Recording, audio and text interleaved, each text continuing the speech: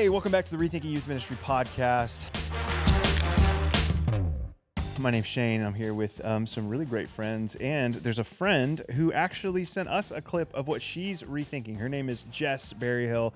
She's in Indiana, a great friend of the podcast and Orange, but let's take a listen to what she's rethinking in youth ministry.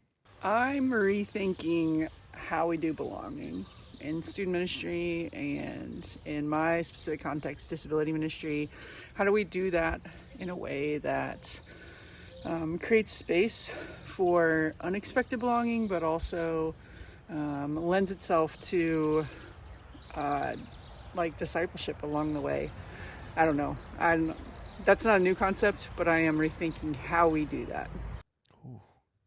That's really good. Belonging is it's a really big topic. You have any thoughts on that one? And I like the fact that it's unexpected, right? It's something that it's hard to plan for. And yeah, that's a tough one because it's such a need, because I think students, if they don't feel like they're belonging well, they're going to exit. Yeah. And I think you see so many students exiting ministry because they don't feel that. Yeah. And we're not doing a good job of intentionally creating spaces that's possible. Yeah. And I always struggle with that. Yeah. When I was in youth ministry, and it was just like, I really worked really hard on having a student leadership team who was like looking for those opportunities. And I think there was moments that we did it really well through them. And also like challenging our volunteers and always training student leaders and our adult volunteers to really be intentional about that. Because we were a small to mid-sized church. And so that was our identity, was we wanted our church to be known as that family feel. So we wanted every person to come in. And so we really worked really hard, but it was very difficult. Yeah, for sure. For sure. Yeah, Sarah, I know you're in a unique context up there in the Pacific Northwest. It's definitely a post-Christian culture. How do you prioritize belonging in your context? It's something that we're always like refiguring, right? Because it's like the most important thing, because students just want a spot where they can like exist and everyone accepts them. Like I think they face a world that constantly is just like, oh, a junior higher, like a student. And everyone's always like, I don't mess with that age. And so they're constantly coming up against that with parents, with friends, with teachers, like in every context. And so having a place where they can just like be and exist is super important, and like feel like they fit in and belong. And so we're constantly trying to like refigure like how to do that, especially like where we live is very different when it comes to church and church culture, and what people have like assumptions about it and things like that. And so it is something like we're constantly trying to figure out, like, how do we make sure when kids like walk in here that they feel safe, that they know that they can just exist and belong here, even if it's not something they believe, Yeah. no matter what's being talked about. Yeah. I love the emphasis on just letting them be. I mean, that's literally the prefix of belong. A little English lesson there for everyone. But there's something key about like, what if we just created space for them to be?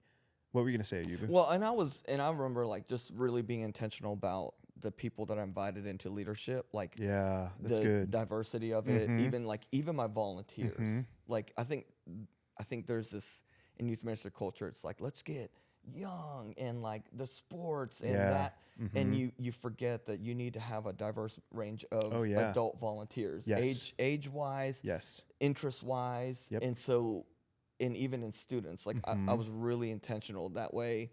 Like when somebody came, adults and students, they would be like, oh, I can connect with this person. Yeah. Not just in a like ministry mindset, but also in like interest outside of church. That's great. So that was an intentionality thing that I did. That's great. All of this is so good. Ayubu, there's something unique about Jess that I would love for you to talk a little bit more about. She's actually a part of our innovation cohorts here within Orange and Orange students. Could you tell us a little bit about those? Yeah, so Jess, I've had the privilege of walking alongside Jess over the last 10 months. And so there's this cohort that we're starting, and we're actually looking for new partners that can join up in it. But it's basically an 18 months, so it's 9 months of just basically us teaching you how to dream and think about and rethink different pieces of ministry. Yeah. And just like Jess talked about, so she was looking at this special needs ministry, and she just has part of her innovation was she basically bought a house and created this community and has these community events out of the house for people with special needs. And also just an incredible thing. So the challenge is, hey, you learn how to, fail, learn how to like ideate. There's all these different things that you're going to learn from experts. And so then as Orange specialists, you'll have a group of us that we meet on a monthly basis via Zoom. We'll have a couple of in-person meetings. And it's just an opportunity for you to take your youth ministry dreaming to the next level. Yeah. And so you get to do that in a room, in a group of, like this time around we had 18 that's awesome. people. And it was just beautiful, the community that was built through it. Yeah. And the dreaming that happened. Yeah, that's super cool. And just youth ministers challenging each other and pushing each other to the next level. It is beautiful to watch. And I love that. I think everybody from that came through this first ideation of it was just blown away. Yeah, that's so cool. That's so cool. I love that y'all did that. I also love one of the things is that it's not just our Orange, experts, although there's a lot of really great people, on our team that get to be a part of that. But you brought in some outside voices, some youth ministry professionals, some business professionals. I know, you've had there's a pretty incredible group of people who have linked arms to invest in these cohorts, which is super cool. And you can find out more about the cohorts where?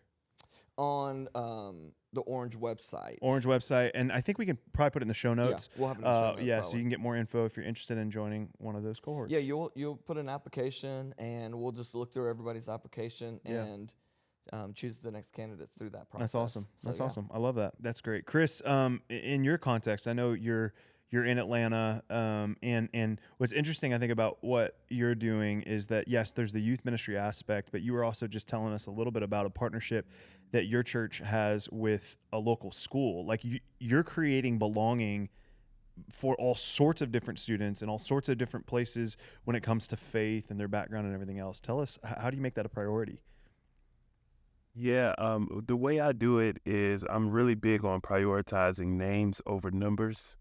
I'm in a church that's more of a regional church.